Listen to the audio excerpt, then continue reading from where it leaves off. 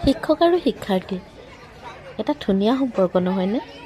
এয়া আমাৰ বিদ্যালয়ত আজি বিৰতিৰ সময়ত অকণমান ধেমালি কৰিছিলোঁ। আমাৰ সহকৰ্মী কেইজনীমান আৰু শিক্ষাৰ্থীসকলক লগত লৈ কিনে।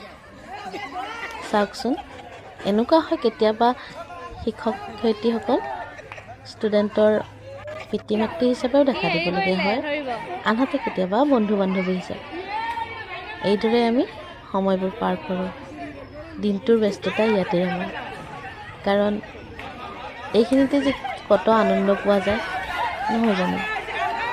মই অনুভৱ কৰোঁ যে শিক্ষাৰ্থীৰ লগত শিক্ষক শিক্ষয়িত্ৰীৰ সম্পৰ্কটো এনেকুৱা হয় যে, ধৰা হওক আমি যদি ডাঙৰক কেতিয়াবা কিবা এষাৰ কওঁ, তেতিয়া সেই ডাঙৰ ব্যক্তিজনে ধৰি থাকে, কিন্তু শিক্ষকসকলক কেতিয়াবা খঙৰ প্ৰতাপত যেনিবা সিহঁতৰ ভুলৰ কাৰণে এটা দুটা